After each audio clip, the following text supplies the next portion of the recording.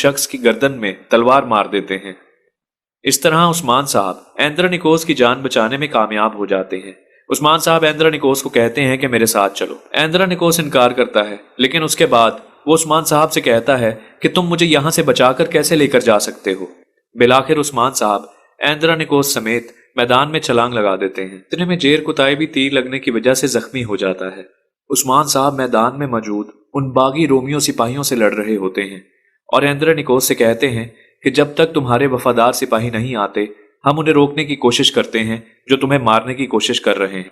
इतने में उस्मान साहब के साथी भी उनका साथ देने के लिए मैदान में आ जाते हैं और एक के बाद एक काफिर को जहन्नुम वासिल करते चले जाते हैं। ये मंजर देखकर कमांडर वहां से भाग जाता है और किले के अंदर छुपने की कोशिश करता है। कैंटाक्यूमिनस उसका पीछा करता है और बिलाखिर कमांडर और कैंटाक्यूनस आमने सामने आ जाते हैं। कमांडर ये समझता है कि कैंटाक्यूनस ने बादशाह के मजीद करीब होने के लिए मुझे फंसवाया है। एक तरफ मुझसे हमला करवाया है और दूसरी तरफ मेरे पर हमला करके मेरे तमाम तर साथियों को मार डाला है। और बिलाखिर कैंटाक्यूनस के ऊपर भारी पड़ता है। कमांडर उसे कहता है, ये तुमने मेरे साथ अच्छा नहीं किया। एक तरफ तो मुझसे हमला करवाया और दूसरी तरफ तुमने खुद ही मेरे सिपाहियों को मार दिया। आखिर तुम चाहते क्या हो? क्या चाल थी तुम्हारी? तुमने मुझे धोखा दिया है। अब मैं तुम्हें जिंदा नहीं छोड़ूंगा। वो आगे से जवाब देते हुए कहता है कि मैंने हरगिज ऐसा नहीं किया। तुम मेरी बात पर यकीन करो और खुद को मेरे हवाले कर दो। मैं तुम्हें बहुत जल्द यहां से बचा लूंगा और तुम्हें यहां की कैद से फरार करवा दूंगा। अभी ये बातचीत जारी होती है कि तुर्गु तल्प अपने तमाम तर साथियों के साथ उस जगह पर आ जाता है। तुर्गु तल्प भी शक भरी निगाहों से देख रहा होता है कि आखिर क्या चल रहा है, लेकिन बिलाखिर तुर्गु तल्प को इस बात पर यकीन दिलवा दिया जाता है कि कैंटाक्यूनस ने कमांडर का पीछा किया है और उसको मात देकर उसको पकड़ के तुर्गु तल्प के हवाले कर दिया है। दूसरी तरफ जंग के मैदान में उस्मान साहब और उनके साथी एंद्रोनिकोस को बचाने के लिए तमाम तर काफिरों से लड़ रहे होते हैं, खास करके वो काफिर जो कि बागी जमात से ताल्लुक रखते हैं और एंद्रोनिकोस की जगह कमांडर के वफादार होते हैं। एंद्रोनिकोस उस्मान साहब से कहता है कि फिलहाल फौज मेरी नहीं कमांडर की वफादार है। तुम कब तक मुझे बचा सकोगे? जैसे ही कमांडर या फिर उसकी बाकी फौज आएगी तो हम तमाम तर लोग यहां पर मारे जाएंगे। बिलाखिर ऐसा ही होता है। बाकी फौज भी उस मैदान में आ जाती है। उस्मान साहब के तमाम तर साथियों समेत एंद्रोनिकोस को भी घेरे में ले लेती है। वक्ती तौर पर ऐसा महसूस होता है कि उस्मान साहब और उनके सिपाही बुरे तरीके से फंस चुके हैं, लेकिन तुर्गु तल्प उस कमांडर को लेकर उस मैदान में आ जाता है। यानी कि अब बात वाजिया है कि कमांडर की जिंदगी अब खतरे में है, तो उसके तमाम तर फौजी जिन्होंने एंद्रोनिकोस और उस्मान साहब को घेरे में लिया होता है वो भी पीछे हट जाते हैं। एंद्रोनिकोस कमांडर से कहता है कि आखिर तुमने किसके कहने पर यह सब किया? तुम्हारे क्या आज़ाइम है? तुम्हारे पीछे कौन है? कमांडर जवाबन कहता है कि यह बात तुम कभी भी नहीं जान पाओगे। हाँ, बस एक बात अपने जहन में रखना कि जिस तख्त पर तुम बैठे हो तुम उसके हकदार नहीं, क्योंकि ये तख्त बहादुरों का है, तुम जैसे कायरों का नहीं। एंद्रोनिकोस कहता है कि इसको जंदान में ले जाओ और जब इस पर तशद्दुद होगा तो ये खुद ब खुद बताएगा कि इसके पीछे कौन है और इसकी तमाम तर बातें धरी की धरी रह जाएंगी। उसके बाद कमांडर को वहां से ले जाया जाता है। एंद्रोनिकोस उस्मान साहब का शुक्रिया अदा करता है और कहता है कि मैं चाहता हूं कि आप मेरे महल में क़याम करें। उस्मान साहब जवाबन कहते हैं कि जी हाँ, पहले तो हमें बुलाया नहीं गया, हम बिन बुलाए मेहमान थे, लेकिन अब आपने बुलाकर बहुत अच्छा किया, हम आपके साथ चलने को तैयार हैं।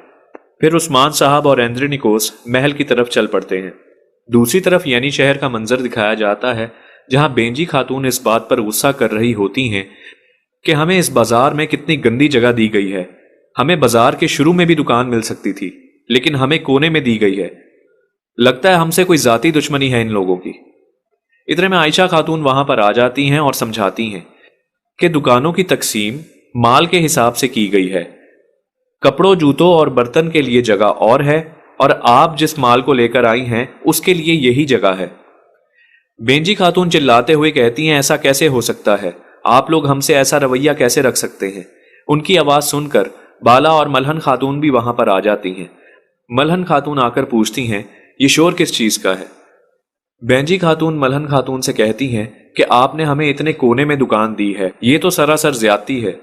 मलहन खातून भी उनको यही बात समझाती हैं कि उस्मान साहब के हुक्म से दुकानों की तकसीम अशिया के हवाले से की गई है, और आपके शोर से तो यूं महसूस होता है जैसे इस बाजार में सबसे बेहतरीन चीज आपने रखी है, और मुझे तो मालूम है कि आपकी काठियों में क्या नुक्स है। बेंजी खातून ये बात सुनकर शर्मिंदा हो जाती हैं। अलचीचक खातून उन काठियों को दुरुस्त करने के बाद मलहन खातून को दिखाते हुए कहती हैं कि अब आप देख सकती हैं कि जो भी मसला इन काठियों में था हमने ठीक कर दिया है। बाला खातून भी अलचीचक की ये बात सुनकर बहुत मुतासिर होती हैं। उसके बाद मलहन, आयशा और बाला खातून वहां से चली जाती हैं। नाजरीन, दूसरी तरफ बेअंदर बे और औक्तन बे बातें करते हुए बाजार में चल रहे होते हैं। बेअंदर बे औक्तन बे से कहते हैं, उस्मान साहब ने बाजार तो बहुत बड़ा बना लिया है, लेकिन मैं ये सोच रहा हूँ यहाँ पर कहाँ से लोग आएंगे। ये तो बहुत अजीबो गरीब सी जगह है। मुझे लगता है कि वो समंदर को भी इस्तेमाल करना चाहते हैं और समंदर के जरिए उन्होंने बहुत से इलाकों के अंदर ये खतूत भिजवा दिए होंगे कि यहाँ एक बेहतरीन बाजार मौजूद है जहाँ आके तिजारत की जा सकती है। लेकिन बहरहाल ये मेरी एक सोच है, मुमकिन है उस्मान साहब ने ऐसा ना किया हो। औक्तन में जवाबन कहते हैं कि मुझे एक बात बताओ, क्या तुमने मुझे ये नहीं कहा था कि हमें उस्मान साहब पर भरोसा करना चाहिए और उनके पीछे चलना चाहिए, हमें कभी भी नुकसान नहीं होगा। बेंदर बे जवाब देता है कि हाँ, मैंने ही कहा था, लेकिन मेरा ऐसा कहने का मकसद ये था कि हमारी जेबें हर वक्त भरी रहें और हमें बेहतरीन मुनाफा हासिल होता जाए। औक्तन बे कहते हैं कि तुम्हारा सामान अब तक इस बाजार में क्यों नहीं आया। बेंदर बे जवाब देता है कि मैं इस बाजार में सामान को लाऊंगा भी नहीं। औक्तन बे हंसते हुए जवाब देता है और कहता है कि अगर तुम्हारी जेब में पैसे होते तो तुम सबसे ज्यादा सामान यहां पर लेकर आते। दूसरी तरफ बेंजी खातून का भाई बेंजी खातून से मिलने के लिए आता है और वो बताता है कि उस्मान साहब ने उसके जिम्मे मकरी का इलाका लगाया है कि वहां की सरहदों की हिफाजत मैं करूंगा, लिहाजा मैं आपके पास इसलिए आया हूं कि आप मेरे हक में दुआ करें। बेंजी खातून जवाबन कहती है कि बेशक मैं तुम्हारे लिए दुआ करूंगी, और साथ ही साथ बेंजी खातून ये भी कहती है कि तुमने अब तक शादी नहीं की, तुम्हें अब तक कोई खातून नहीं मिली, अब तुम्हारे लिए मैं खातून तलाश करूंगी। वो कहता है फिलहाल इस चीज की जरूरत नहीं, मैं जा रहा हूं, आप मेरे लिए दुआ कीजिएगा। ये कहकर वो वहां से चला जाता है। दूर खड़ा बेअंदर ये मंजर देख रहा होता है और वो एक सिपाही को बुलाकर कहता है कि तुम बातूर का पीछा करो, मैं जानना चाहता हूं कि उस्मान बे के इलाकों में क्या हो रहा है। दूसरी तरफ कुस्तुनतुनिया का मंजर दिखाया जाता है जहां उस्मान साहब एंद्रियानिकोस के साथ मौजूद होते हैं। एंद्रियानिकोस उस्मान साहब से पूछता है कि मैं तुमसे ये जानना चाहता हूं कि तुम्हें कैसे पता था कि मुझ पर हमला होगा। हमें इस बात के बारे में नहीं सोचना चाहिए जो हमें मालूम हो, बल्कि उस बात के बारे में सोचना चाहिए जो हमें मालूम नहीं। एंद्रियानिकोस अपने तख्त से उठकर हैरानी से उस्मान साहब के सामने आकर खड़ा हो जाता है और पूछता है कि आखिर तुमने मुझे क्यों बचाया है, मुझे बचाने में तुम्हारा क्या मकसद है? क्या तुम ये नहीं चाहते कि मुझे मार कर कोई ऐसा इंसान आ जाए जो गलती पर गलती करता जाए और तुम्हें उसका फायदा हो? उस्मान साहब जवाबन कहते हैं कि तुम्हारी और मेरी लड़ाइयाँ कितने अरसे से चली आ रही हैं, तुम्हारे और मेरे कितने ही जांबाज सिपाही इस वक्त मिट्टी तले हैं। इतना सब कुछ हो जाने के बाद कम से कम मुझे इस बात पर यकीन है कि तुम अमन को तोड़ना नहीं चाहोगे, ना ही तुम्हारे सिपाहियों की मौत होगी और ना ही मेरे, और मेरे लिए अपने सिपाहियों की जान मुझे अपनी जान से ज्यादा अजीज है। तो मैं क्यों ना तुम्हें बचाने की कोशिश करूं कि तुम अमन को पसंद करते हो और अब हमारे दरमियान कोई जंग भी नहीं। अगर तुमसे तख्त ले भी लिया जाए तो ये मालूम नहीं कि जो शख्स आएगा वो अमन को पसंद करेगा या जंग को, और मैं ये नहीं चाहता कि बार बार एक दूसरे का नुकसान किया जाए। लिहाजा यही वो वजह है कि मैंने अपनी जान जोखम में डालकर तुम्हें बचाया है। एंद्रियानिकोस जज्बाती होकर कहता है कि मैं कितना बदकिस्मत इंसान हूं, जिन लोगों के साथ मैंने अपनी पूरी जिंदगी गुजारी, जो मेरे दोस्त थे, वो मुझे कत्ल करने के लिए आ रहे थे, और जो शख्स मेरा दुश्मन था जिसका मैंने बहुत नुकसान किया, वो मेरी जान बचा रहा है। उस्मान साहब जवाबन कहते हैं कि तुम बदकिस्मत नहीं खुशकिस्मत हो, क्योंकि तुम्हें मेरे जैसा दोस्त मिला है। फिर उस्मान साहब कहते हैं कि इस बारे में सोचो कि अगर तुम सो रहे होते और उस वक्त तुम पर हमला किया जाता तो तुम्हें मारना कितना आसान था, लेकिन सबके सामने तुम पर हमला करके तुम्हें कत्ल करने का मंसूबा आखिर किसका हो सकता है? कौन तुम्हें इतनी तज़हीक पहुंचाना चाहता है? कौन हो सकता है जो सबके सामने तुम्हें कत्ल करके मिसाल बनाना चाहता है? जब इस तरीके से किसी भी शहनशाह को मारा जाता है तो उस मुल्क का अमन तबाह हो जाता है। आखिर तुम्हारा कौन सा ऐसा बदतरीन दुश्मन है जो शुरू से ये चाहता है कि तुम्हें हटाकर वो खुद बादशाह बन जाए? एंद्रियानिकोस, अगर तुमने अपनी ताकत खो दी तो बहुत से लोग तुम्हारे तख्त के लिए आएंगे, लेकिन अगर तुम्हारी ताकत बरकरार रही तो कोई भी तुम्हारे तख्त के करीब नहीं आएगा। और यकीन मानो ताकत हासिल करने के लिए भी समझौता किया जाता है। एंद्रोनिकोस मुड़कर कहता है कि तुम कहना क्या चाहते हो? फिर उस्मान साहब कपड़े पर बने नक्शे से एंद्रोनिकोस को समझाते हैं।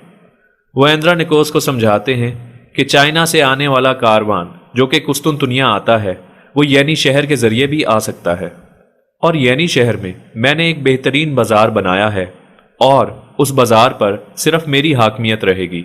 उस बाजार से हमें यह फायदा होगा कि जो भी सामान चाइना की तरफ से खरीदा जाएगा वो तुर्कों का खरीदा जाएगा। इस तरह येनी शहर का बाजार एक बहुत बड़ा बाजार बन जाएगा। एंद्रोनिकोस कहता है कि मुझे तुम्हारी बात समझ आ गई है। मैं तुम्हें यह बताना चाहता हूं कि यहाँ कुस्तुनतुनिया में भी तुर्कों का बहुत सा माल पसंद किया जाता है, और अगर कोई भी कारवान आता या जाता है तो उसकी हिफाजत की जिम्मेदारी भी मेरी होगी। उस्मान साहब जवाबन कहते हैं कि इस वक्त तुम खुद बहुत मुश्किल हालात में हो। मैं नहीं चाहता कि तुम्हें मजीद मुश्किल में डाला जाए। जहां तक काफिलों की हिफाजत की बात है तो उसकी हिफाजत मैं खुद कर लूंगा। एंद्रोनिकोस कहता है कि जैसे तुम्हें मुनासिब लगे, हम दोनों मिलकर बेहतरीन काम कर सकते हैं। फिलहाल तो सबसे ज्यादा जरूरी यह है कि हम ये जानें कि हमारा दुश्मन कौन है। एंद्रोनिकोस कहता है कि मैं जानना चाहता हूं कि कमांडर के पीछे कौन है। उस्मान साहब कहते हैं कि जो कोई भी हो वो कमांडर को छुड़ाने की कोशिश करेगा। वो हरगिज ये नहीं चाहेगा कि उसका राज खुले, और कमांडर की भी यही कोशिश होगी कि किसी भी तरीके से समझौता करके वो यहाँ से भाग जाए। और जब वो ऐसा करने की कोशिश करेगा तो यकीनन वो शख्स भी पकड़ा जाएगा जो कमांडर के साथ मुलव्विस है। दूसरी तरफ समंदर के किनारे वाइकिंग्स दिखाए जाते हैं। वहां पर वो फ्रिग भी पहुंची होती है और तमाम तर लोगों से मिल रही होती है जो उसकी बरादरी से ताल्लुक रखते हैं। वो लोग निहायत अजीब और घटिया हरकतें और बातें कर रहे होते हैं, और फ्रिग अपने जैसे दो नमूनों से मिलते हुए कहती है कि तुम दोनों मेरे भाई हो क्योंकि हम एक ही माँ से जने हुए हैं। वो सारे जंगली लोग एक दूसरे को देखकर बहुत खुश होते हैं। कंटाक्यूजीनस भी वहां पर आ जाता है। वो तमाम तर लोग कंटाक्यूजीनस को बहुत अजीब नजरों से देख रहे होते हैं। इतने में एरिक कंटाक्यूजीनस को कहता है कि मेरे पास तुम्हारे लिए कुछ है। फिर वो फ्रिग से एक छोटी सी डब्बी लेकर कंटाक्यूजीनस को देता है और कहता है ये तुम्हारे लिए हमारी तरफ से एक तोहफा है। उसके बाद जंदान का मंजर दिखाया जाता है कि उस कमांडर को उस जंदान में बंद कर दिया गया है। वो जंदान में जाते ही चिल्लाना शुरू कर देता है कि तुम लोग मुझे जानते हो कि मैं तुम्हारा कमांडर हूं। तुम्हारी जुर्रत भी कैसे हुई कि तुमने मुझे कैद किया। जब उसको कैद करके सिपाही वहां से चले जाते हैं तो उसके कैद खाने में पहले से ही फ्रिग मौजूद होती है। कमांडर उसकी तरफ देखकर पूछता है तुम कौन हो और तुम अंदर कैसे आई हो? फ्रिग जवाबन कहती है कि मैं तुम्हारी मौत हूं और मैं तुम्हारी जान निकालने आई हूं। कमांडर उस पर हमला करने लगता है, लेकिन फ्रिग का हमला इतना तेज होता है कि कमांडर उसके सामने कुछ